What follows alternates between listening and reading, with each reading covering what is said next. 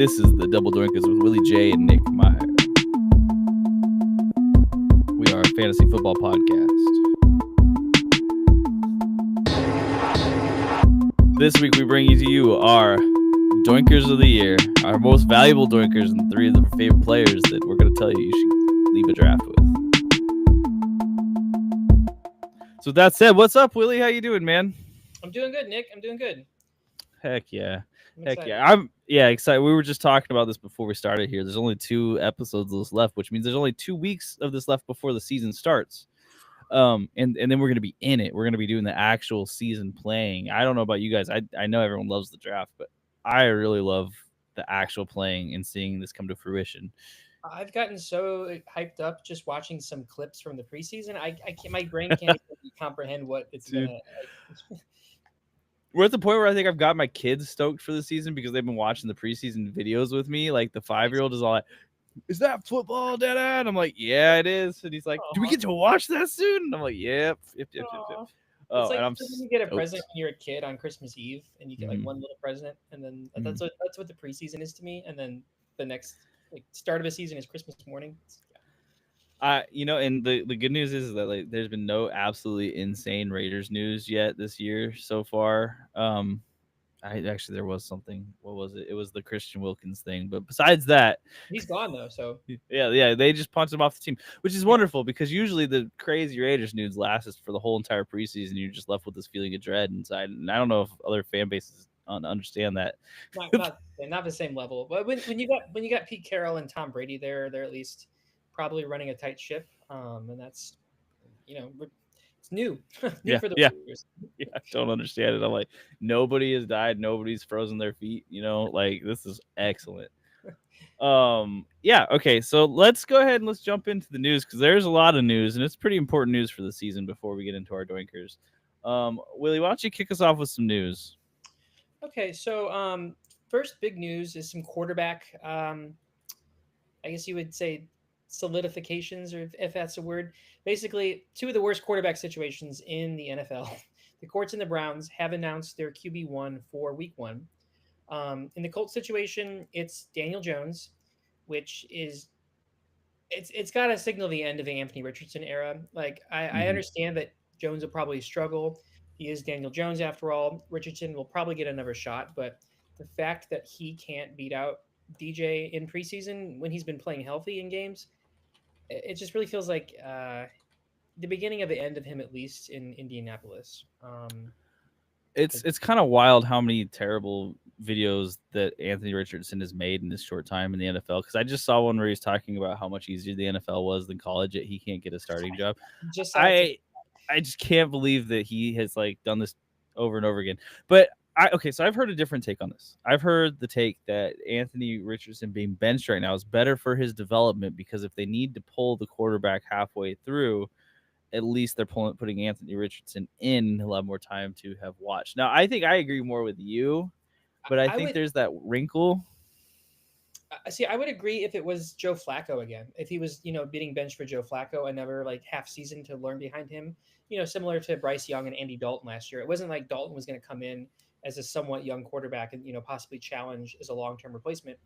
Not saying Jones is going to be a long-term replacement, but he's close enough in age with Anthony Richardson that it feels more like a rivalry as opposed to an actual kind of mentorship thing. Yeah. Mm-hmm.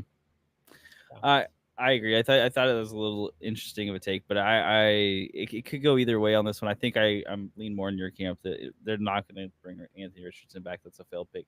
He was taken 4 overall, 6 overall. I think it was 4 overall. Yeah. And man, I hope he gets a resurgence. He's just an awesome when he's on. He's an incredible quarterback. I would really like to see him on the Steelers maybe next year. If Mike Tomlin wants to trade a 5th round pick for him in the offseason, I think it's worth a shot as long as you have someone there starting ahead of him, whether it's another year of Rodgers or something. I like the idea of Richardson in an Arthur Smith system in a Steelers organization that generally seems to know what they're doing with their quarterbacks. I like what you're saying here. I'm so interested to see how it goes with Aaron Rodgers. This is the curveball because of how headstrong Aaron Rodgers is. But That could be a good landing spot. So let's talk about Joe Flacco too. So Joe Flacco is the starter of the Browns, and I think this is what you wanted to hear if you were interested in drafting a Browns player, because Kenny Pickett is awful, and we don't really know what we're going to get out of Shador or Dylan Gabriel.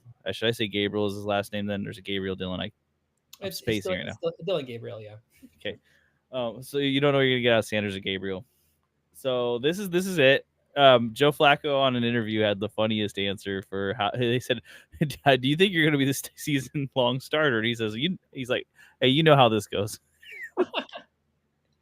It's, it, Um, I love him. I mean, he's just obviously he's older and he's just playing for fun at this point, you mhm. know. And I like, especially we've already seen the chemistry between him and Njoku a couple years ago, and that was, legitimate. It wasn't just like the upside of having a more consistent, accurate quarterback. It was actually like him and Njoku had a special connection.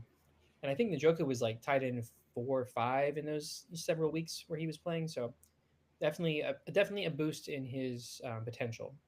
yeah, you gotta like this. So I mean, that brings Jerry Judy into the pictures, and actually, I didn't consider him really draftable if we didn't have Flacco. I mean, Yeah, there's this off chance he could do something, but it was too rich for my blood. Now he seems like he might be a choice. unless his ADP goes up a lot, which it could. If it stays where it's at, with yeah, then I would consider it. But we'll see. We'll see. He Mhm. definitely has more upside than he did previously. Yeah, exactly. I think that's the thing. They actually have upside now. Yeah. It's not just like, yeah, they could do okay. They could hit their floor. They have upside. Matthew Stafford returned to practice. Uh, and he's moving around. He's looking okay. He's, for what it's worth, it's a back injury. Matthew Stafford plays through injuries. I don't know. I'm hopeful. I don't want to say too much because it's back injuries. I'm hopeful about. We'll talk more about Stafford in general in this episode because I have a player on the Rams I'm going to mention. But I'm hopeful about the McVay offense in general. Maybe less so Jimmy G, but Jimmy G in this system is closer to Jimmy G in the Shanahan system, which is much better than Jimmy G in the Raiders system. And also the preseason, if you watched Stetson Bennett, who is an older quarterback, even though he's only in his Mm-hmm. third year, he really lit it up. Again, it was the preseason, but he scored 3 touchdowns, had like over 300 yards. He just looked very poised in the pocket. He looked like the kind of quarterback that was emulating Stafford in terms of his toughness, in terms of his um, just kind of general play style. Of course, they both played at Georgia in different eras, so it's not like a one-to-one comparison. But he looked like, at least in the preseason, he could be the heir apparent to Stafford, which I don't believe long term. But if he does end up winning the QB2 job, there's a reason for hope, at least in this Mm-hmm. offense. Mm-hmm. Mm-hmm. I think. That's fair. Jimmy G, I think, could be competent, but I worry about competent even with this level of weapons as far as what the ceilings they're being drafted for are. That yeah, ceilings wise, I agree. Yeah. Um. So we already talked about Daniel Jones. Jalen McMillan hurt his neck, terrible injury. From what I'm hearing, he's out until at least week 9. My guess would be that's a very optimistic view of Okay, it. yeah. I heard he was on the pup and possibly longer. I haven't looked into it in Mm-hmm. a couple days, so that is pretty significant.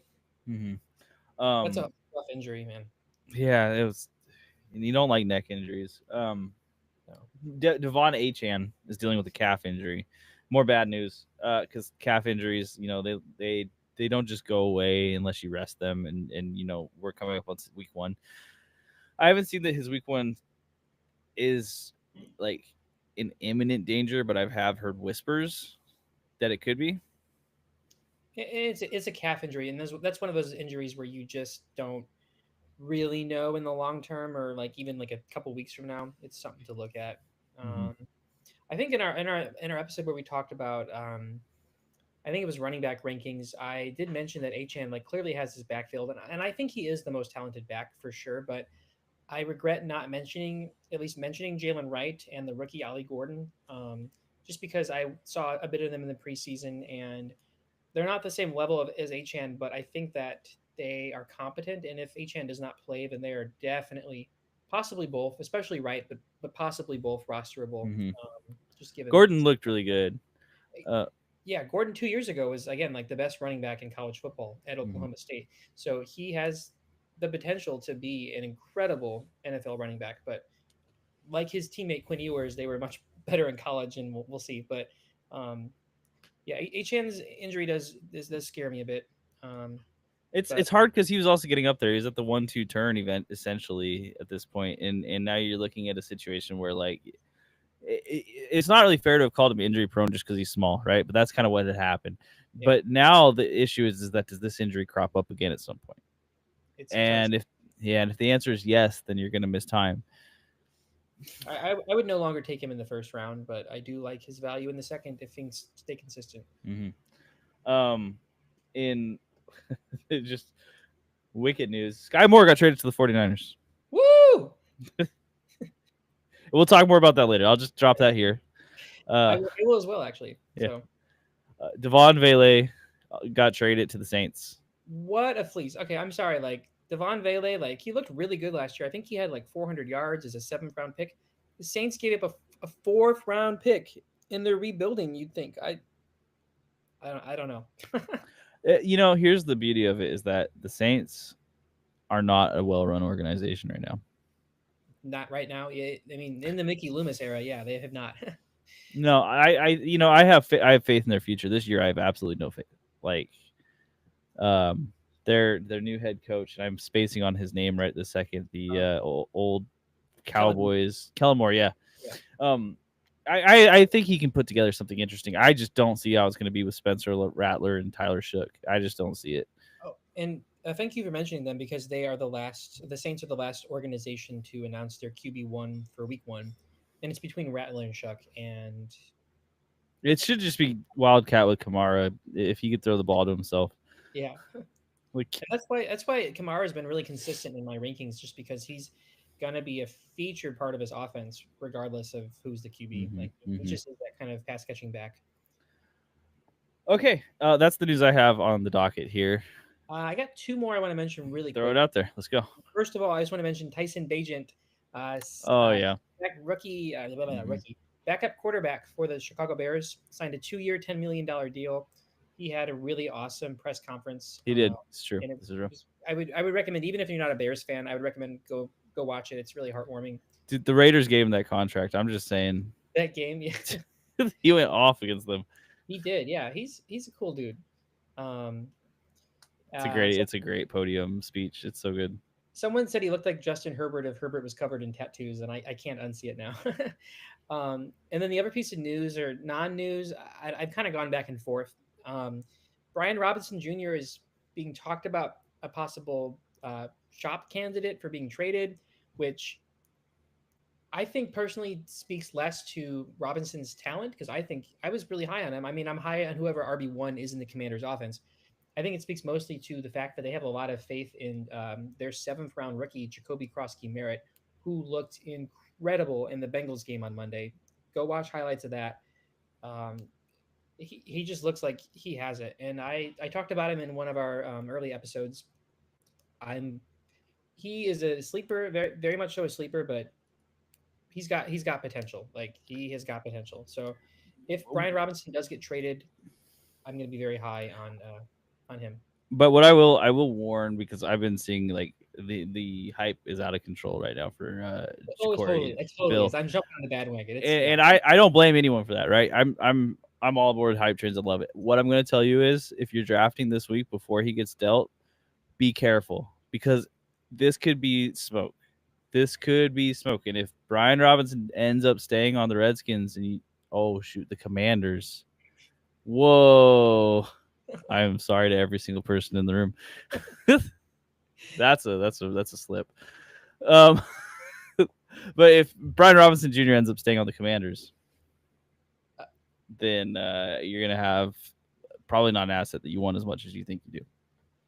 And also, I mean, having said that, this could be good for B-Rob, because I think he's enough of a talent that if his hype is really out of control as it is, he's probably going to drop a couple rounds already in ADP, and I would definitely snatch him up. Mm-hmm. So just pay attention to it. Like, it's not a foregone conclusion that Brian Robinson is gone. I know that it has been mentioned a bunch of different times, and if it is the case, then the 7th-round rookie, or maybe don't forget Austin Eckler's still hanging around.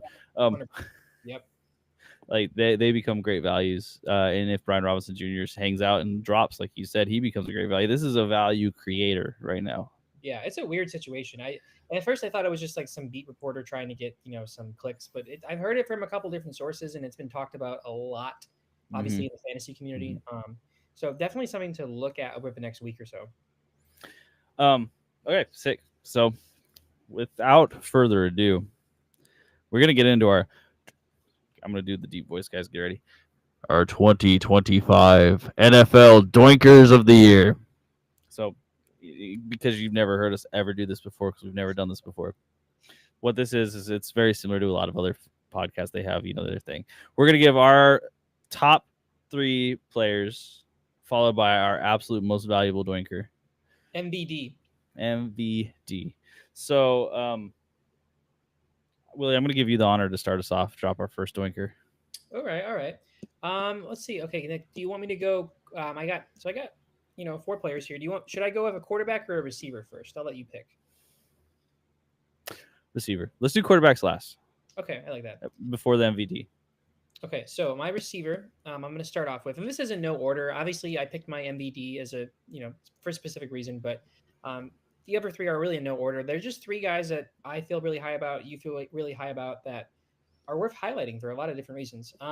First guy I want to mention, drum roll please, probably my favorite second year player, at least of the receivers, is Ricky Pearsall of the San Francisco 49ers. Now, thank you. Sorry, I couldn't help it. Thank you. No, I was, kind of mixed-ish on Pearsall. Even a few weeks ago, I was pretty much putting him around the same ranking as Jawan Jennings. Kind of some, some apprehension there, but still getting like excited. Just because again, he was a first-round pick in a McVay offense. Excuse me, Shanahan offense, and he has the potential to be. He had the potential to be wide receiver one. Now, with Ayuk on the pup list, missing at least the first 4 weeks, but I've heard closer to late October at the earliest. Jennings nursing a calf injury. Of course, Kittle and CMC's injury history it's a thing in of itself. But we also have Demarcus Robinson suspended 3 games. Now, Robinson was someone who had the chance to really slot in and become a wide receiver 3 in this offense in Ayuk's absence. And then we also have Jacob Cowing and Jordan Watkins, who are both younger players. And they were competing for the wide receiver 4 or 5 role. They're both injured. The healthiest player up until today, besides Pearsall in this receiving core, was Russell Gage. And then, of course, they traded for Sky Moore today, which moves the needle exactly 0 points. Yes, It's sky pretty. less.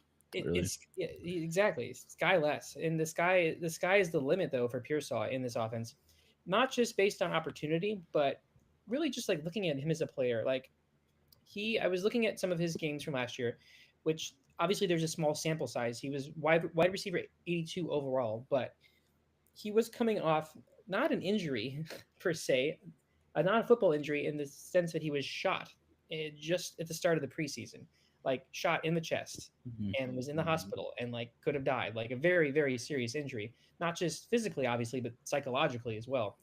So he had a very slow start when he did come back last year. I think it was like week 12. In the final 2 games of the season of last year is really where I really want to look at. And of course, the Niners season was kind of lost early on last year with all the injuries and stuff. But in the final 2 games, he put up 28 and 18 points respectively.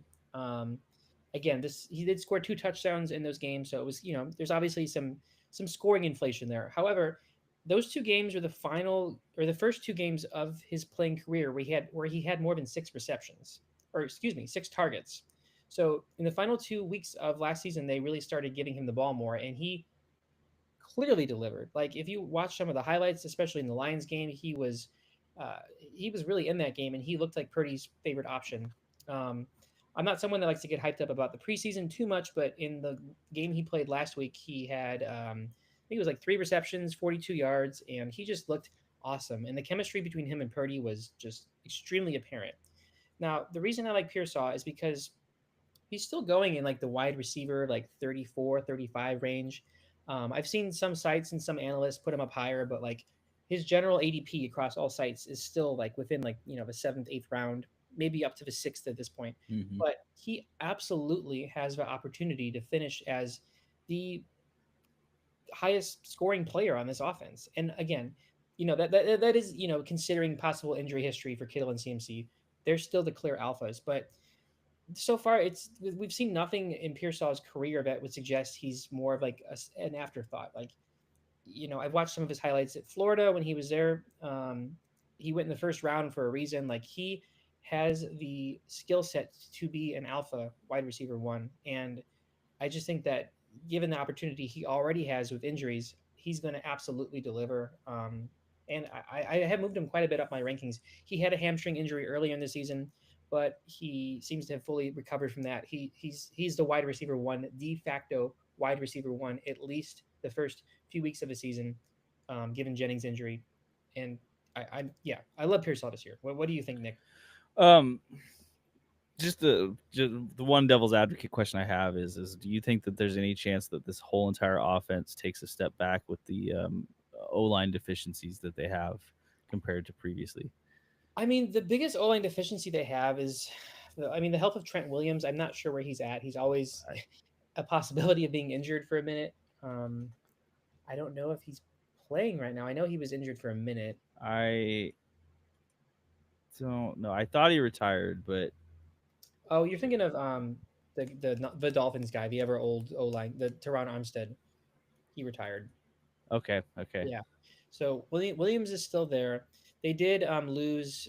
I think Jawan Taylor is his name, to the Chiefs, and they lost a guard to the Packers. And then their second year guard Dominic Pooney is injured. So yes, the O line absolutely could be bottom five this year. I just think that we've seen Purdy produce with a pretty awful O line already last year, and even if it is worse, I think that Pearsall probably benefits the most from any player, just because if Purdy's getting sacked, if if the run game isn't as strong, like they're going to have to rely on a really strong, a deep threat like Pearsall, and a yards after catch threat like Pearsall. Mm-hmm. So I think that it could hurt Purdy stock for sure, but I think that Pearsall is probably the least affected by the O line. Okay, that's fair. Yeah, other than that, I have a hard time disagreeing with the pick of Pearsall. I am shocked that he hasn't moved up on ADP a lot over the last few, like since Yeah, that preseason game where he dominated targets. Um, and over the next 2 weeks, if you don't draft early, I still would be kind of shocked if you don't see him going in, like sneaking up to the fifth, maybe even the late fourth in certain leagues. I know I play with a lot of San Francisco fans coming from California. yeah, me too. I haven't He'll quite. likely go in the fourth there, I would bet. But other than that, if you can get him where his ADP is around right now, I have a hard time not betting on the upside. 100%. I think he definitely has the best, at least as of right now today. He has the best ADP of any Niners player, Mm-hmm. just based on upside. And my last argument for him, and this is not considering the calf injury, but I am not high on Jawan Jennings this year. I know we differ on this. I just don't see Jennings building upon anything he had last year. I think last year was a fluke. That's my own personal bias. That's part of the reason Pearsall is in my Doinkers. But I don't know. I think See, sky's the limit. where I still would believe in Jawan Jennings, I am out on him now because he hasn't taken place or taken part in anything. Mm-hmm. He's doing the hold out, hold in. I don't know, but I have no confidence that he's going to move. And I have no confidence that Lynch, the GM, there is going to move either. So Yeah. Jawan Jennings has become an afterthought at this point. You can't put any stock in him, really. If he is healthy and his ADP doesn't rise, even if it drops, he's definitely worth considering, though, just based on how many injuries this offense already has. Yeah. 100%. They could in theory have both these receivers being pretty productive, regardless if all of a sudden Jawan Jennings ends up being a productive receiver. It's not like Ricky Pearsall can't also exist in this offense like as a very productive receiver. There's Oh, yeah. space for multiple. Yep. All right, sick. I love it. So yeah, Pearsall, first ever Doinker. Woo. My Doinker, the first one I'm going to bring up is going to be, well, it's not just a homer pick. I promise you, and I've got a good argument for it. My Doinker is a very early pick. I don't usually go with these, but I'm going to make you feel okay and feel good about it. Ashton Genty of the Las Vegas Raiders is my first Doinker. I would clap for it, but it's too many things to click on. So I think Ashton Genty is a slam dunk pick. And I can't think of anything more consistent than rookie RBs drafted in the first round to be immediate starters. And I'm talking even you can even like narrow it down in this case. Rookie RBs drafted in the top 10 draft picks. Let's take a look at them. I'm going to go back all the way to 2015, so I'm giving you 10 years of data here. Okay. Todd Gurley, 10th overall. Guess where he finished? RB9. He missed 3 games and still finished as RB9 on the Rams. It's rookie year. I'll give you the failures too, just so we can get the idea. Because Melvin Gordon, 15th overall for the Chargers, he finished at 52nd overall. But guess what? He had 0 touchdowns and he was not the full-time starter. Ryan Matthews was still there. 2016, Ezekiel Elliott, taken 4th overall, finished as the RB3 overall in fantasy. 2017, Leonard Fournette, taken 4th overall for the Jaguars. He finishes the RB9, also despite missing 3 games. Christian McCaffrey, the 8th overall pick, finishes RB10 his rookie year. 2018, Saquon Barkley, 2nd overall. He finishes RB1. This is where you get a little bit of funky stuff. You also had Rashad Penny and Sony Michel taken in the first round, but they were taken at 27th and 31st overall. They were reached. I believe they were. I know at least Penny was a reach Mm-hmm. and Michelle was a reach. Yeah. And they both Michelle had an okay rookie season considering he came on late. So if you had him late, he was okay. But Penny was just a complete and total failure, really, unfortunately, due to health in the NFL. 2019, Josh Jacobs, 24th overall. He finishes RB21. There was no top 10 RBs taken that year. 2020, Clyde Edwards-Helaire, also taken 32nd overall, finishes RB22. 2021, you had Najee Harris taken 24th overall. We make fun of Najee Harris now, but that year he finished as RB3 overall. That still blows my mind. I remember that year, but that still blows my mind. I loved having him that year because every play was just a Najee Harris play. It didn't matter. Like Big Ben would drop back, look around, and be like, I don't care. You have it. Travis Etienne was also drafted 25th overall, but he went on an IR that year. So 2022, there were no running backs taken in the first round. 2023, Bijan Robinson. He was taken 8th overall. He finished as the RB9 despite all of the Arthur Smith tomfoolery that went on. Jahmyr Gibbs, drafted 12th overall, finishes the RB10. Was not the full-time starter either. That was David. Not. So that's a comprehensive list of all of the RBs taken in the first round over the last 10 years. And if you'll notice, all of the RBs that are drafted in the top 10 return a top 10 finish. It's math, it's statistics. It's just if they're drafted to be the full-time starter in the first round, they return on value. Now, there's you may have some questions for me. As a matter of fact, do you have any questions for me? I'll take a break.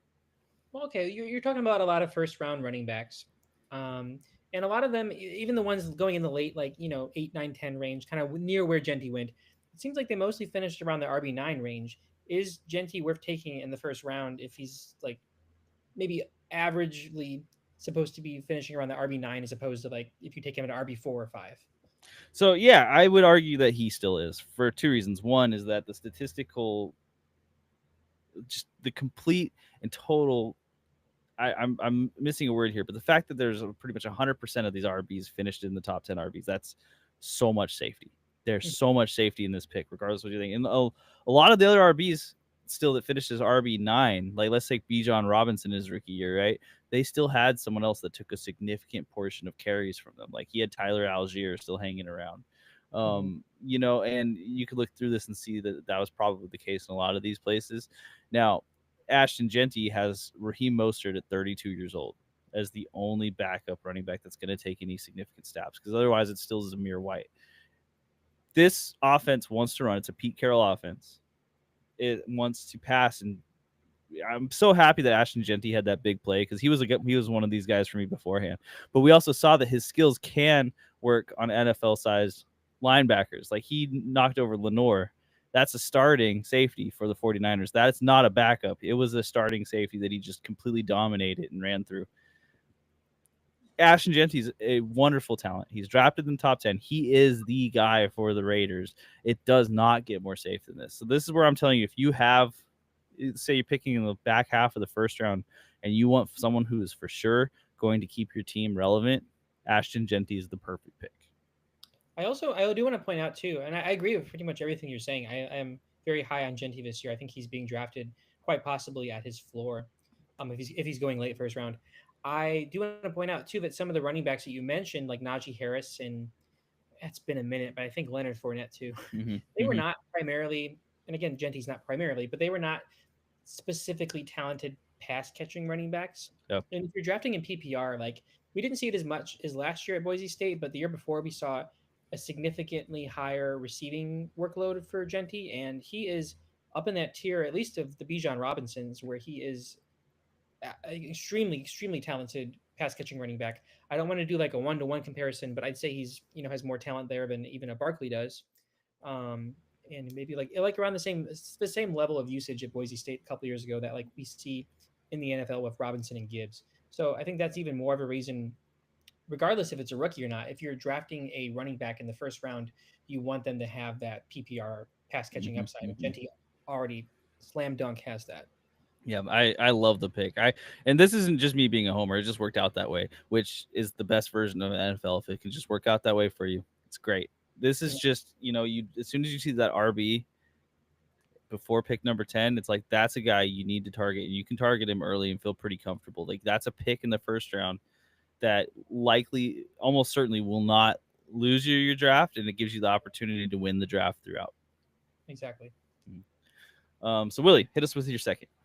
All right, so my second guy, my second doink is another wide receiver. It is one Mr. Devontae Adams, who I actually had in fantasy last year when he was on the Jets and the Raiders. I took a swing on him in the third round, and he absolutely delivered. I'll get into his overall stats from the past few years in a second, but I want to say that I took him. I might have reached a little tiny bit, but I think he was going like mid to late ab, third, third round average ADP last year.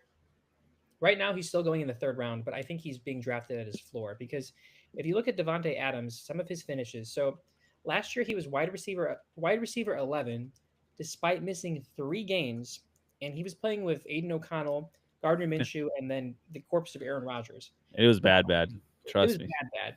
And he got a bit better after going to the Jets and playing with Rodgers, where he was the primary, or in some games like the only significantly talented receiving target.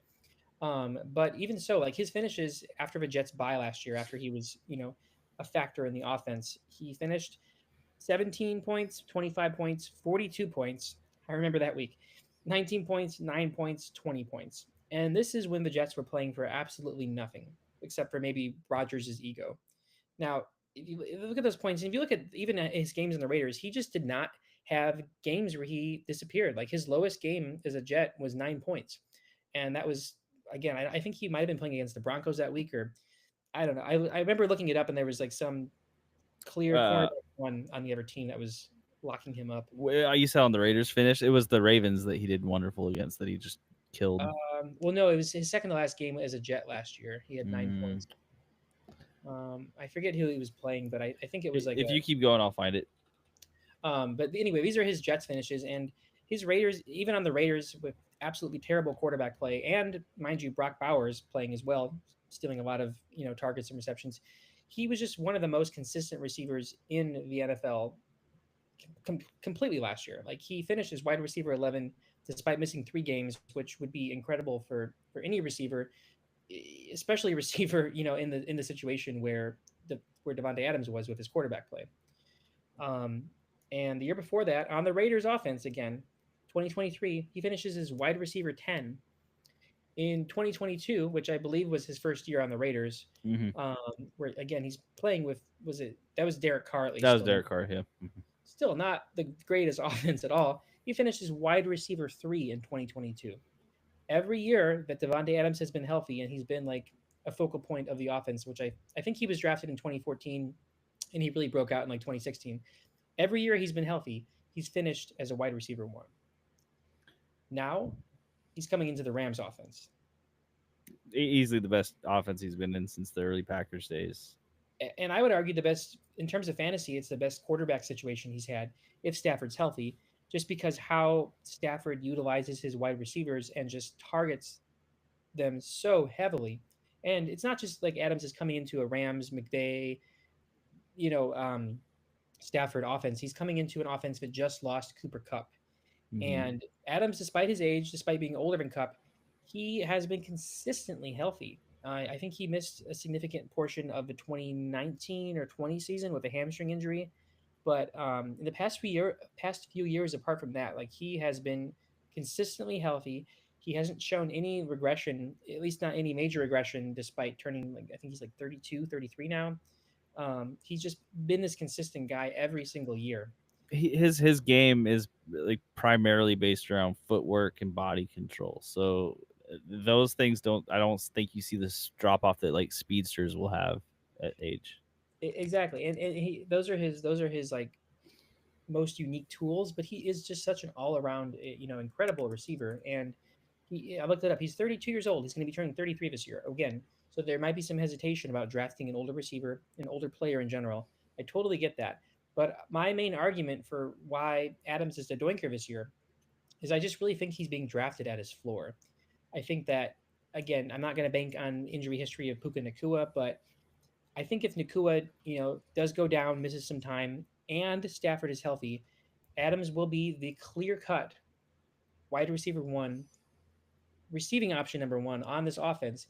And this is, I'm not believing in this. This is definitely a hyperbole, but just based on what we saw with Cooper Cup in the past, based on what we've seen with the McVay offense, if that situation arises, it's not impossible to believe that Adams finishes as a top five wide receiver, maybe even like a top three wide receiver overall in fantasy.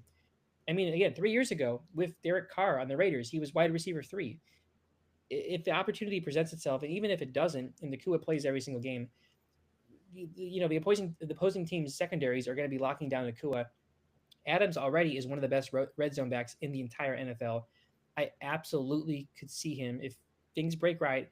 Absolutely could see him going for 1,400 yards and 14 touchdowns. Like Mm-hmm. this offense, I am super high on, and I just think, like again, to reiterate, my biggest argument for Adams is that I really just think that he's being drafted at his floor.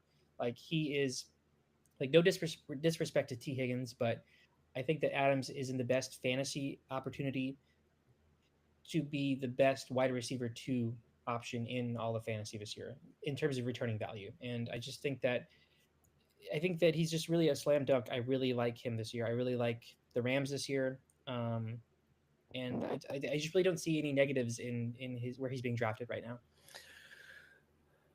I'm going to ask you that one question. Mhm. Do you think that there's any negatives to the Rams defense continuing to look very solid, or maybe even having gotten a lot stronger by the end of last year? I think that I think that the Rams maybe will be playing less catch up as they even were last year, just because they have a very young defense. Their defense is getting older. Again, they had the defensive rookie of the year in Jared Verse. I love Kobe Turner. I think that the biggest strength for the Rams is definitely their defensive line and their coaching. I'm a little less high on their secondary and Mm-hmm. their linebacking core. Excuse me, was actually just ranked dead last in the NFL. Which, again, I'm not putting a lot of stock into that. I think their linebacker core is young, but I think it can get a lot better. But I think that the strength of their defense is their defensive line. And although I'm high on this defense, I think that it's not going to be such an elite defense that it's going to completely shut down opposing offenses. And there's not going to be games where they're going to have to be, slinging the ball quite a bit and playing catch up. Mm-hmm. Still a great defense, but not like the elitist of elite. If you look, for example, blah, blah, blah, like the Niners defense a couple years ago, like they had, I think it was like 3 years ago, they had, oh no, sorry, Cowboys defense a few years ago, they had like just one of the best, absolutely best defenses in the NFL. Defensive line, secondary, Micah Parsons were all locked down, and that was the year that CeeDee Lamb was the best wide receiver in football. So All right. I think Adams' talent kind of transcends that. Fair, fair. Sick. Okay, so as I am pulling up my thing, let's see this. Okay, my second doinker of the year is going to be Mike Evans, which shockingly enough, the ADP for Mike Evans after the recent news has shot up to one spot ahead of Devontae Adams. Woo! So here you go. With the reports that Godwin is likely to start on the pup, putting him out at least 6 weeks, and with Jalen McMillan just being pretty much confirmed out for at least 9 weeks, and that's if everything goes perfectly for his neck. It will be good to note that Mike Evans is hanging around and maybe in my opinion, the absolute safest wide receiver pick in the whole entire draft. I don't think, and I know what everyone's gonna say. You're choosing two safe players in a row, and the reason for that being there's a lot of landmines. But Mike Evans has to be, in my opinion, the safest, absolute, bar none. So let's we talk about the narrative a bit around here, and this is a place where I want to lean into that heavily. Mike Evans has the opportunity to do something that would have been guessed impossible. He can break a record that Jerry Rice set. Now, these records were considered untouchable. There was no one who could ever touch any of them records. And for a majority of them, I would say that's still true. But he can do it. Mike Evans can do it. And here's what he needs to do. The record in question is consecutive 1,000-yard seasons. Currently, Mike Evans is tied with Jerry Rice at 11 consecutive 1,000-yard seasons. 11. That's so many. So if 2025 gives him 1,000 more, then he will be the sole owner of that record. That's 12 consecutive seasons. I mean, you can think about how hard that record would be to beat.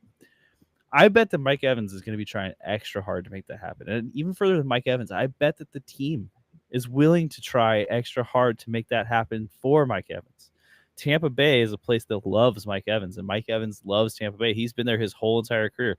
Not a lot of players of his caliber can say that, and they've worked with him.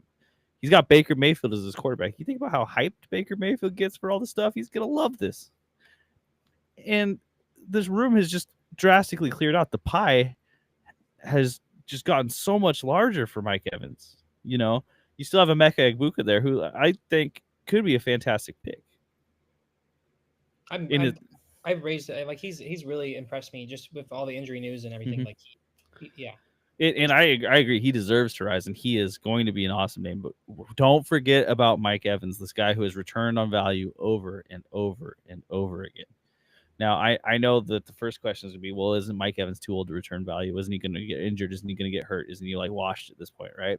And I'm going to say, no, there's no chance Mike Evans is washed. He's 31 years old, which is not young by any means, but that does not make him washed. That age alone does not make him washed. Let's take a look at his fantasy finishes recently.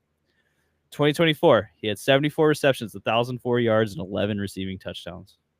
So, you know, like only barely over 1,000, but he got there. He had some injuries, but they worked it. And again, the team made sure he got over 1,000. So if you don't think they're going to do it this year, get ready.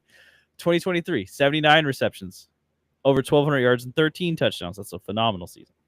2022, 77 receptions, 1,100 yards, 6 touchdowns. So the touchdowns dipped slightly, probably a little not happy. But then, you know, after that, over 1,000, 14 touchdowns, over 1,000, 13 touchdowns, over 1,100, 8 touchdowns, 1,508.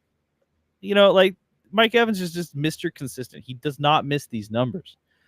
And I have to guess that he will not miss them again. And I think he's got even more upside because of how many players just went down around him. And it's either Bucky Irving is going to have the highest catch rate of all time for running back, or Egbuka, or Mike Evans is going to be a wide receiver one.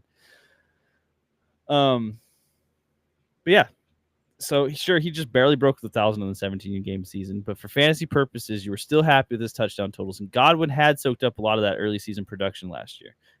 Again, Godwin's not there. I don't know necessarily if I want to prescribe to you Mike Evans having top 5 potential, but if I'm looking at the narrative, I really, really like to bet on these guys that have something going for them that will help them out, because there will be no business decisions this year. There will be only legacy decisions. Legacy, yeah. So I am in on Mike Evans 100%. I'm looking at Mike Evans' finishes from last year when Godwin was in the first few weeks. Mm-hmm. And despite Godwin being in, I think the Godwin played the first 5 weeks. Sounds right. It was 5 or 6, but 5 sounds right. So he had a couple lower games, but he still went 23 points, 7 points, 4 points, 23 points, 23 points. So of the game, more than half the games Godwin was in, he was still scoring over 20 fantasy points. 23 points. Exactly, 23 points. And only one of those games he had a touchdown, or 2 of them. Mm-hmm. Yeah, still like Mr. Consistent. I think the biggest actual competitor for touches with Mike Evans is going to be Bucky Irving. And I think that was the kind of like drop off you saw during the middle part of the season, is when they really started bringing Bucky Irving in, and they focused more on the run. Now that could again happen. I could see it, but I don't see any chance that his usage gets so significantly less. They are going to want to get him there. I don't see a world in which Mike Evans finishes outside of the top 15. I agree. He reminds me a bit of Devontae Adams, just for a lot of reasons. The reason I picked Adams over Evans is because I just see Adams having more upside because he's in the McVay offense. It's brand new, best fantasy situation he's maybe ever had. Mm-hmm. But again, it's the same narrative with both, where they're like older players, but we just have not seen them. They haven't been washed. They haven't dipped significantly in production. They have been, again, Evans and Adams, two of the best red zone threats in the entire NFL, Mm-hmm. and they've been that Mm-hmm. way their entire careers. Like I definitely like Evans this year, especially because maybe his ADP will go up a little bit. But again, I talked about on the show in quite a few episodes where I like pairing riskier picks with high upside picks. And if you take a swing in the first or second round and Evans is there, in the third round, like it's just a perfect pairing. If because you want to win your league based on taking the swings on high ceiling players, but also having that baseline of like a really safe, reliable player every single week. Mm-hmm. Mm-hmm. Evans completely provides that. Exactly. And I talk a lot about high upside and how I like to chase players that I love for high upside, even maybe to the detriment of my team. These are the players that I like to buoy it a little bit with. I like to say, okay, well, where can I get a little bit of guaranteed production so that way I don't just bottom out every single week and score like 30 points on the bad ones. Exactly. Sometimes you still bottom out. Just, this is the sort of player I think helps you prevent that from happening frequently. So Willie, why don't you hit us with your third doinker? All right, my third doinker. Now you got your homerism in with Ashton Genty. I'm gonna get my Mm-hmm. homerism in with Caleb Wonderful. Williams. So I wanted to talk about a quarterback for one of my doinkers, and obviously I'm a huge, huge, huge Bears fan. I'm really excited for the Bears in general this year. Their preseason game against the Bills was just unbelievable. And again, they beat the Bills pretty badly in preseason last year, but this time they held the Bills to 0 points, and just the whole offense looks so dynamic. Anyway, I could go on and on, but I It was was a sick game. It was. it was. I was between a few guys for the quarterback spot, but I landed on Williams, not because I'm a Bears fan, but and there's a few things I want to talk about. But the one thing I really want to focus on is Williams, how dynamic he is as a quarterback, and how he was known in college, and how basically why he won the Heisman. He didn't just win the Heisman because he was in an offense where he was given the chance to succeed. Like obviously he was, but his one of the things he was known for in college was his rushing touchdown ability. And I was looking at his stats. In his 2 years at USC, he scored 21 rushing touchdowns. And I believe in his Heisman year he had 10, and then in his second year, his last year of college, he had 11. So 21 in total. Now, you're not going to see as many rushing touchdowns in the NFL just in general because NFL offenses are more dynamic. You don't have to rely on the skills of the quarterback as much. There's a multitude of reasons. But having said that, the NFL has 5 more games. So even if you just look at the average Caleb Williams, rushing touchdown score in college, and then factor in the difference in games, it still looks like his minimum is like probably would be like an average of 7, 8 rushing touchdowns, right? You know how many rushing touchdowns he scored last year?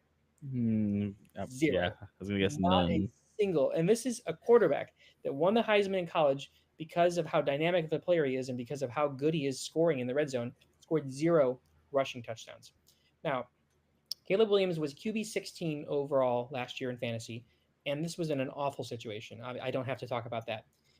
He's being drafted as the average QB 15 right now. Mm-hmm. So he's being drafted at his floor. Like if you expect Caleb Williams to do the exact same thing he did last year, that's where he's being drafted. Maybe a little bit better.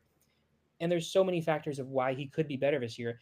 And the rushing touchdown piece I just mentioned, if he had finished his average amount of rushing touchdowns, as say he finished with 10 rushing touchdowns last year, right?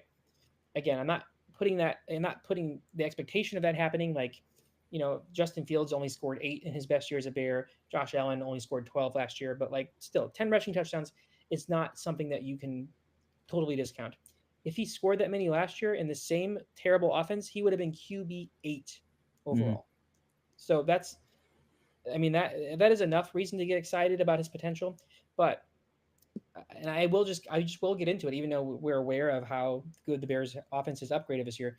Again, like he has Luther Burden, second round pick, former 5-star receiver, He has Colston Loveland, the top tight end taken in this draft. They took or they signed Zacchaeus, who's a great deep threat wide receiver, 3-4. They have Ben Johnson as their new offensive coordinator. They upgraded pretty much every single piece of their offensive line, whether it was trading for future Hall of Famer Joe Tooney, signing Drew Dahlman. Like every single little piece of the offensive line was upgraded in some way, even if it was just getting more depth. Mm-hmm. And speaking of Ben Johnson, again, you can't really do a one-to-one comparison because it's a new offense, new system. But Jared Goff has finished as, I believe, a QB1 in each of the past few years. And this is a quarterback that has basically no rushing upside like Williams does. And he finishes a QB1 while playing in an offense with a dynamic run game, which the Bears just do not have. So I really think that Caleb Williams can step up not only in an completely like better offense, like we saw how Jared Goff got from his rookie year to his sophomore year in terms of production when he got McVay, and then now we have Ben Johnson coming in. But also, I think Caleb Williams also has the chance to be like the focal point of the rushing red zone offense as well. And I just think that Ben Johnson is going to unlock a lot in Caleb, and I think just the rushing touchdown upside alone is enough to take him. And I see him routinely going in the 12th round in mock drafts, and it's just it. I was excited about drafting him already, but when I was like actually looking into the statistics, and I was just kind of blown away that he really did score 0 rushing touchdowns last year. That's wow. Well, okay, I'm gonna ask the most obnoxious question I can about this. Okay, All right. but Willie, what about the Bears quarterback curse? The Bears quarterback curse is been around forever and ever and ever and ever and ever and ever. But Justin Fields was a cursed quarterback a couple years ago, and he was QB4 overall. And I have a lot more faith in Williams than I do Fields. Okay, and then one more question. Yeah. I'm sorry, this is just a Chicago thing. Okay, how many missed timeouts though? How many missed timeouts can we extrapolate for? Probably about 3 rushing touchdowns, which is still, even if he had that last year, he still would have finished around QB11. So, And I'm giving you guff. I like this a lot. I don't see any way he doesn't at least finish better than where he did last year. And he's been drafted around the same spot he would have finished last year. So that's a value in some way. And there's upside. There's wild upside. And it just depends on what preseason you read, depending on how excited you are about it right now. Either he's frustrated throwing it like standing trainer targets, or he's just dominating the Bills. Who knows? it is a mystery. There is a risk. I think the other reason I do like him is because I'm a big proponent of drafting late quarterback. Mm-hmm. Again, it doesn't hit every single year, but the years it Mhm. does, it really helps you because you have the opportunity to get some really high upside players in the 4th, 5th, 6th round. So if you're going to be swinging on a late quarterback, you want to swing on one that has a lot of upside, and Williams, that's him. Yeah, I love it. I love it. As a matter of fact, I love it so much. Okay, sorry, I had to. I'm gonna give my final doinker now, if that's all right with you. Let's hit it. So my final doinker is also a quarterback. It is also a second-year quarterback. It is Drake May of the New England Patriots. And I didn't know I was originally going there, but looking up a lot of things and also watching him last year kind of got me to realize a few things. So this is the QB that I think I'm going to lead most drafts with as well, and that is because I'm also a big proponent of the late round QB, and there are a lot of reasons to like Drake May. I'm going to start off with his last year, though. We're going to start there. 2024, his passing stats, not huge, just over 2,000 yards, 15 touchdowns, pass rating 88.1. It's not super great. He did have 420 yards rushing and 2 touchdowns, and he didn't start his whole rookie season. He played in 13 games, but he only started 12 of them. In the games that he started, he went 3-9, and it was behind an offensive line that was ranked 29th in the league. Just awful, terrible. The Patriots have signed Morgan Moses and Garrett Bradbury to help this line, which they're not Hall of Famers, but there's something being done there. But then they also drafted Will Campbell 4th overall, and I mean, at least in the preseason so far, Will Campbell looks like he's just knocking people over. He was Jaden Daniels blindside at LSU, and he looks great. Those moves, in theory, of course, should boost the line to be one that is middle of the pack, if not hopefully better. But let's just extrapolate on those numbers, right? Let's put those numbers that I just gave you from the 12 game sample size, 13 game sample size, and let's make it a 17 game sample size, right? So he still has only 3,200 passing yards, 21 passing touchdowns. But he boosts up to just under 600 rushing yards and 3 touchdowns. That leaves him with about 333 fantasy points in a 6 point passing touchdown league. And you know what that makes him? QB6. And that's with no improvement on his numbers. I don't think anyone was paying attention to Drake May. He filled in admirably. That puts him right above Jared Goff and right below Baker Mayfield. So there's a tier break there, sure, but I mean, look at this guy. He's, this is without adding anything. We haven't talked about the receiving core. We haven't talked about the coaches yet. This is just straight up. If he played the exact same way he did last year under Gerard Mayo's experimental failed system. But while most of the decidedly low-end receiving core has stuck around, they did add Stephon Diggs, Kyle Williams, and Travion Henderson. These should provide an even larger boost to the passing game numbers, with Travion being a potential game breaker as a receiving back. I mean, and you can add, that's going to make the running game better, but this offense needed an overall buoy to touchdown numbers anyways. So, and then there's the coaching staff changes. I would be silly if I didn't mention it. So we've got Mike Vrabel. Yeah, maybe he's not known for, having gaudy quarterback numbers, but he is known for competent teams. And his offensive coordinator, I hate that I have to say this man's name again. It is my own fault. It's Josh McDaniels. And I think that while I despise the man, he is in the one place that he has succeeded over and over again as the offensive coordinator for the Patriots. I think these changes are going to have it operating a lot better than it did last year. And about sophomore slumps, with particularly Drake May, because I think that's what a lot of people are worried about with these second-year QBs, especially ones that did okay. I don't think that there's a potential for sophomore slump here because we didn't truly break out.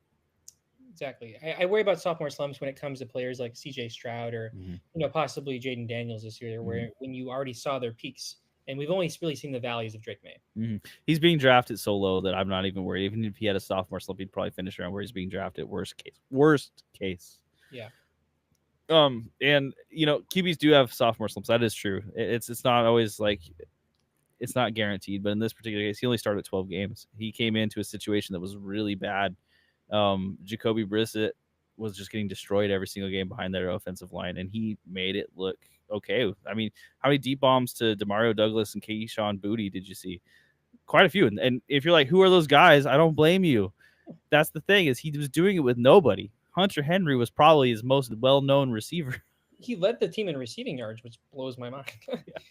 I'm just excited because I think every single piece around Drake May got a significant upgrade, not just a little upgrade, but a significant upgrade. And we improve on those numbers. I don't see he's a slam dunk because he does have rushing upside. He's not a mobile, or he is a mobile quarterback. He's not a statue in the pocket. He can get touchdowns. He can get yards.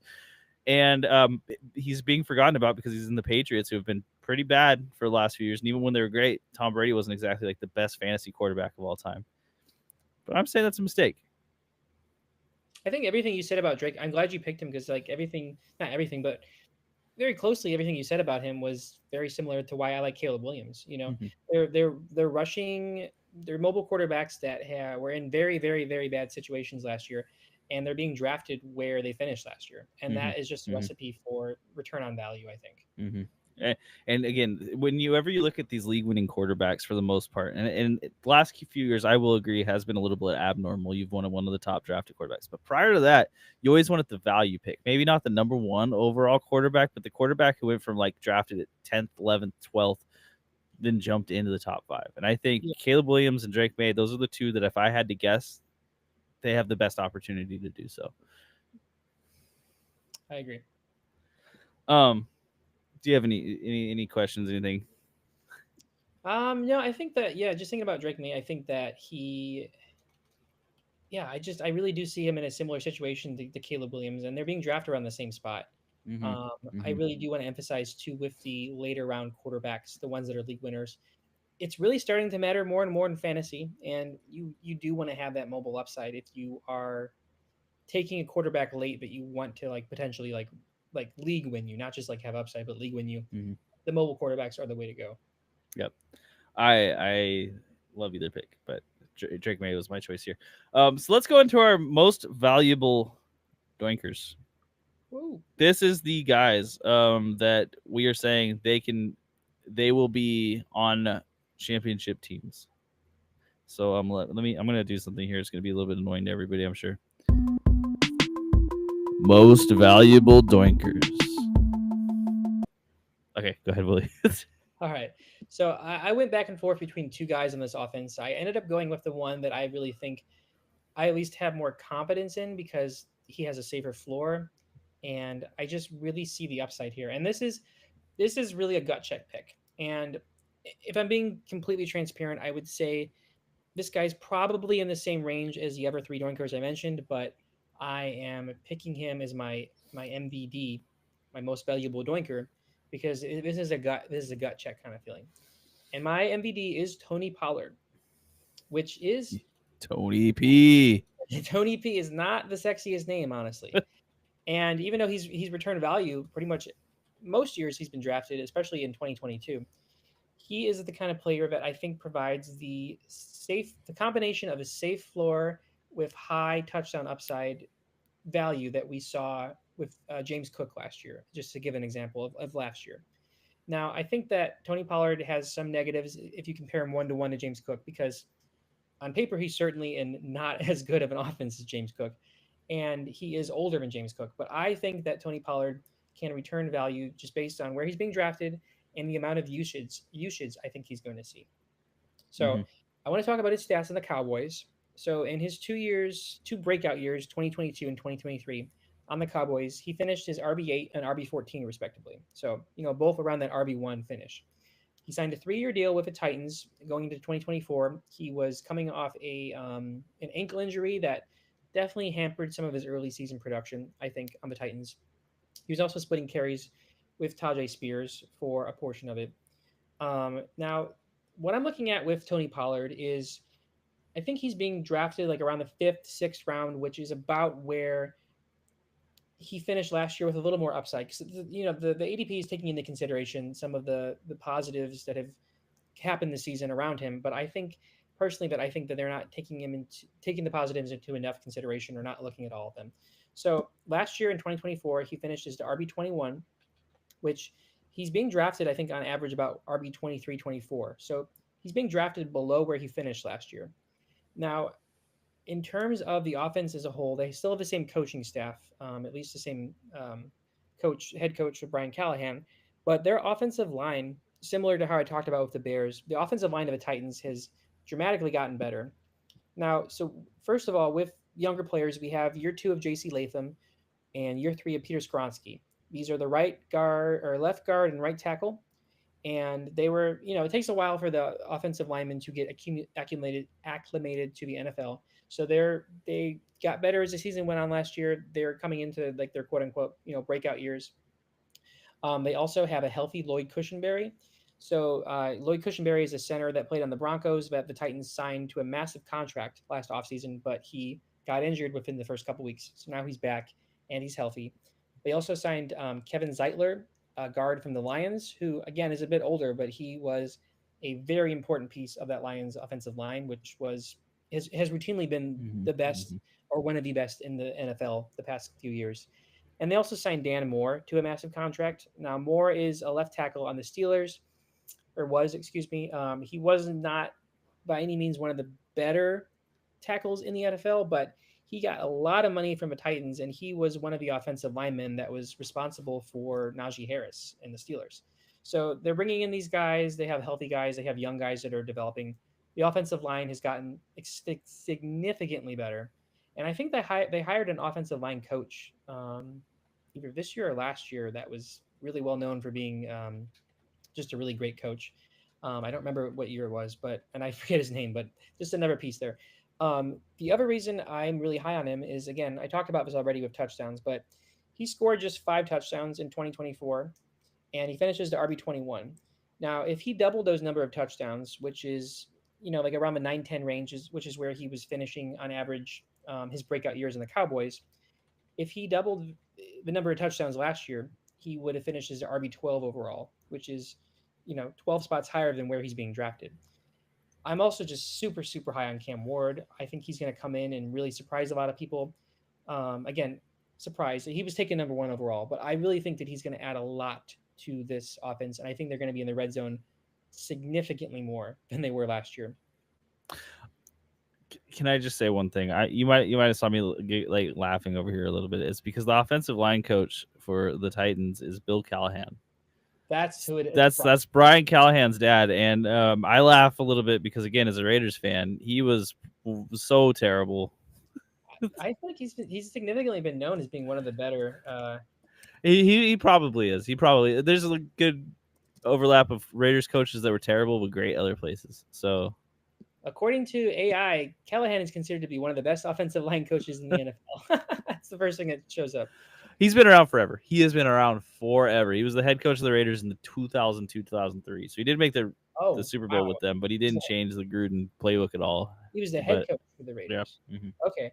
So again, then that's what this offense, this young offensive line needs is some structure and someone who's been around and really knows how to get the best out of their guys. So I think that's the reason I like this offensive line a lot.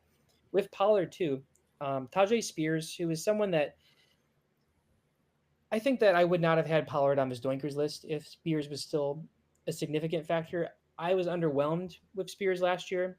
Spears had some really good games at the end of the year last year, but again, that was when Pollard was out. When Spears was out last year, I think there was a few games he missed.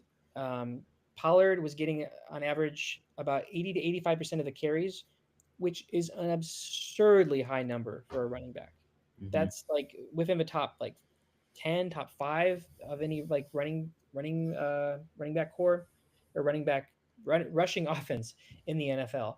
And that volume alone, if Pollard is fully healthy, like he's not coming off the ankle injury he suffered on the Cowboys, he's healed from the injury he suffered at the end of last year. He just has so much opportunity for volume. And I also was looking up even with the O-line last year in the situation he was in last year, he was still 6th in yards after contact in the entire NFL for running backs. And his pass catching upside is really underrated as well. I think he has the opportunity to be, maybe at least in the red zone, the second best receiving option on this team. So all of these things, there's a lot of really positive factors that aren't being baked into his ADP right now. The reason he's my MVD is that I think a big portion of league-winning teams are the teams that draft running backs that produce much higher than their ADP and are consistent in a lot of different ways, like whether that be touchdowns, amount of volume, which is the big thing with Pollard for me. That's why I like him so much. In just offenses that are in the red zone a lot, offenses that have exceeded expectations. I want to use the example of like James Cook last year. Obviously, the Bills already had a great offense, but even like throughout in other years, like Raheem Mostert on the Dolphins is another great example. I think that Pollard has the opportunity to be the Raheem Mostert of this year. Well, you know who was the player on the most championship teams last year? It wasn't Saquon Barkley. It wasn't Jahmyr Gibbs. It was Bucky Irving. There's that. And Bucky Irving, he finished on so many championship teams because he had the volume. The Bucs were using him so heavily. And again, I get the Tajay Spears argument. Spears is going to miss the first few games of a season most likely with a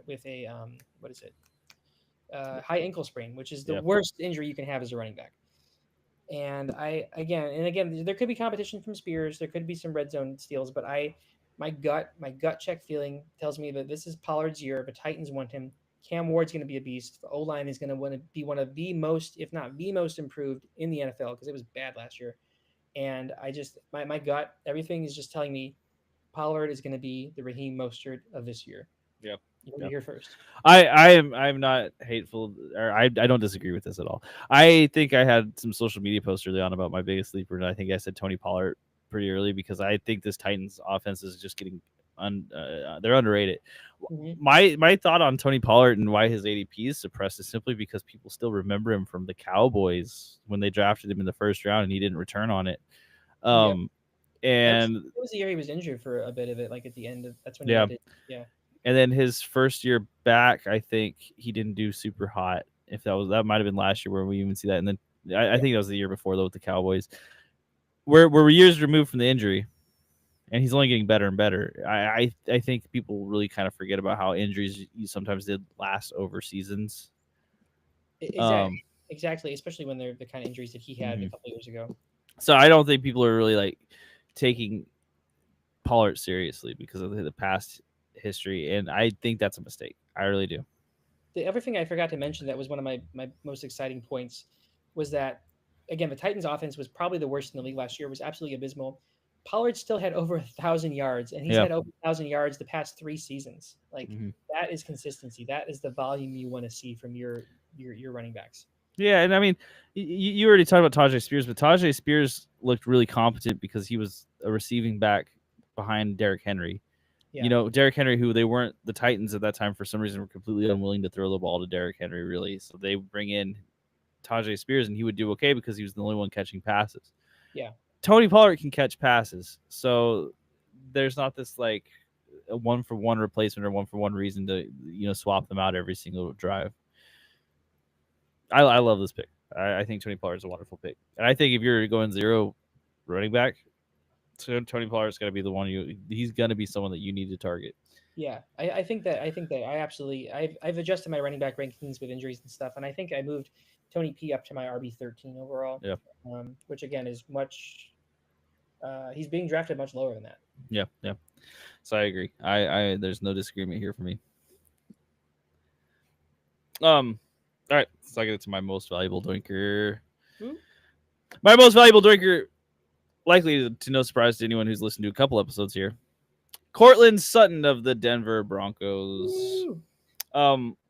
Look, I feel really awful about nominating a Bronco as my fantasy MVP. I truly, truly do. But for where he's being drafted and where I think he is going to end up, I think he's the clear choice for me. So he's currently at ADP 50. We'll get there, I suppose. You may have seen in my mock draft episode that I believe that Cortland Sutton is going to have the best year of his career in 2025. Let's take a look at his year last year for some context, because context is important in these decisions. In 2024, Cortland Sutton finished 15th in PPR and 11th in standard. He had the most points in his career, and it came unsurprisingly at a time when the Broncos managed to secure both a real QB and a real coach. And I know Sean Payton's been there for 2 years, but Sean Payton he's the worst, but he's good for this argument, and he has, however, shown these abilities before. Way back in 2019, if you can remember that far back, before COVID was the thing, he had a stellar season, and he ended up at wide receiver 19 overall. I know that doesn't sound super exciting. Wide receiver 19 overall is like, that doesn't really move the chains. But let's just we're gonna do something here. We're gonna take a fun trip in the Wayback Machine to look at the QBs that Cortland Sutton has played with since he was drafted in 2018. All right, so 2018, he played full 16 games with Case Keenum. The backup to the Vikings that the Broncos signed to think they could be the next guy, and he was not it. Trust me. Because look at who he played with in 2019. He played with Joe Flacco, Brandon Allen. I'm not currently aware of who Brandon Allen is, and then Drew Lock. And that was the year that he finished as wide receiver 19 overall and had what would be considered a breakout season with Joe Flacco, Brandon Allen, and Drew Lock. 2020, he played with Drew Lock, Jeff Driscoll, Brett Rippon, and Kendall Hinton even had a game where he started. That was the COVID game, if you remember, when all the quarterbacks all had to be out because they had COVID. 2021, Teddy Bridgewater and Drew Lock. 2022, Russell Wilson and Brett Rippon. 2023, Russell Wilson and Jarrett Stidham. And look, I am not here saying that Russell Wilson is the worst, because I would make the argument that he's better than what Malik Neighbors has dealt with. But he's currently going to deal with. Yes, Russell Wilson, unfortunately, on the Broncos also had Hackett with him. That was not a good offense. I guess you don't need to believe me. I just listed him on here. In 2024, he had rookie Bo Nix, and he finished as the 15th overall. Sutton has never had a QB that was consistently even average, let alone above average. Sutton has never been on an offense that was ascending. These offenses all stunk. Sutton has never been on a team that was coached by a Hall of Fame caliber coach that had the pieces around him. And it's not like Sutton did this all spread throughout the year in 2024. He took a step at the same time that Bo Nix seemed to take a step. Mm-hmm. After week 10, Cortland Sutton had finishes as the wide receiver 7, the wide receiver 9, the wide receiver 2, and the wide receiver 9 again. And even the other finishes were in the wide receiver 20 range. That was after an abysmal start to the season where he was finishing as wide receiver 60, wide receiver 72. Like he came on at the end at the same time that Bo Nix came on.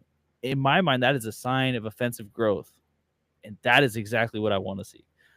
And I think that the Broncos saw this as well. And they gave him a 4-year, $92 million contract with $40 million guaranteed in the off-season. He is a part of their future. And I think that future starts today. I expect Cortland Sutton to finish as a top 10 wide receiver in PPR at a 4th or even a 5th round price. I think he makes a robust RB strategy viable. And I think I'll probably end up with him nearly everywhere. I also want to point out that last year, and you can make the argument, and I was going to frame this as like an argument question, but I'll just point out, like, there has been offensive upgrades all around. Like, they brought in Evan Ingram, they drafted some guys. We have year 2 of Troy Franklin, year 3 of Marvin Mims. But, Cortland Sutton was the focal point of this receiving core, also just the focal point of the offense last year. And, obviously opposing defenses had to lock in on him. And despite him being the player that defenses would lock in on, he still had these, top 10 finishes every week, basically. Mm-hmm. So I think that adding more pieces around him probably help him overall and allow him at least, especially in the red zone, to continue to like just be the number one guy. He kind of like frees up the defense to like not pay as much attention to him. And I get why people aren't excited about Cortland Sutton too. I know he's been around in the league forever, and every time you drafted him, he would always have good weeks and then disappear. But I'm here 100% confident. I actually kind of mean that this time to say that it was the quarterback play that made him disappear. These are such bad quarterbacks. I mean, just look at. I would publish the list right now if I could, and I didn't have to figure out how to do that. They're terrible. And Bo Nix. I mean, look, how many people do I have to quote that says Bo Nix is one of the top, like he's expected to make a jump.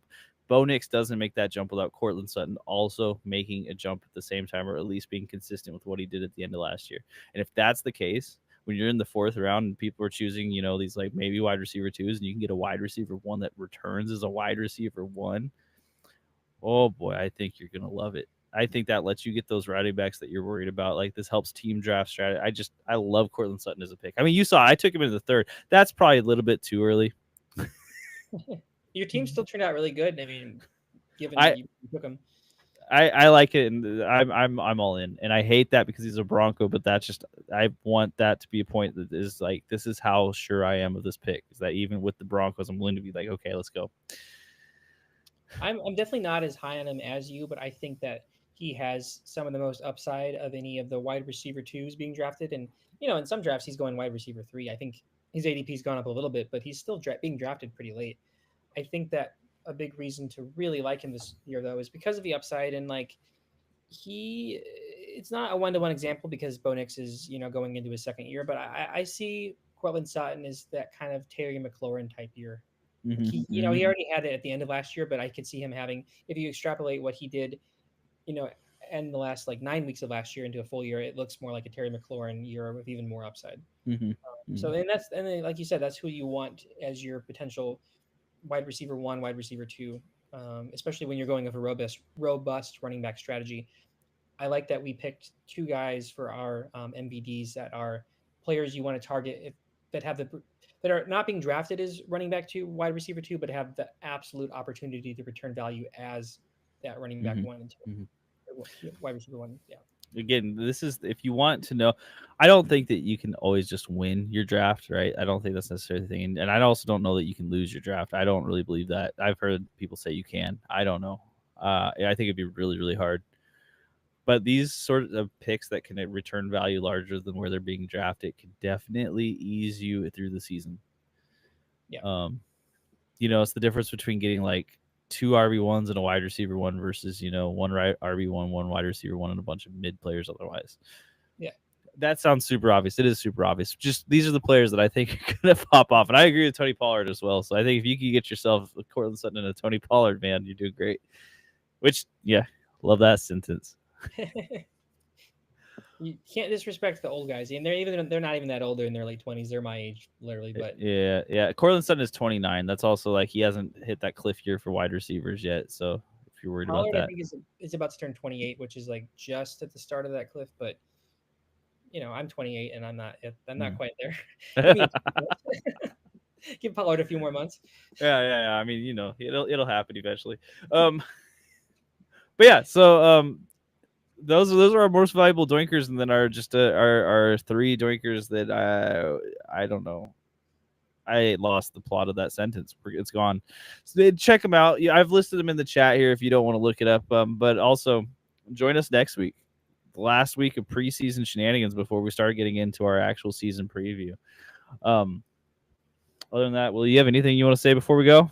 Yeah. So next week we're doing some final predictions. We're gonna take some hot takes, some rankings, and we're just gonna get excited about the season. Like yeah, and we'll go back through and kind of just like look at some of the things we said, because I recognize now episode that we did like 2 months ago, everything's wrong, and it's not even necessarily the fault of just he was just doing it too early. You know what I mean? Everyone has that. You're like, yeah, that guy's gonna be great. And now he's out with a hamstring injury. So,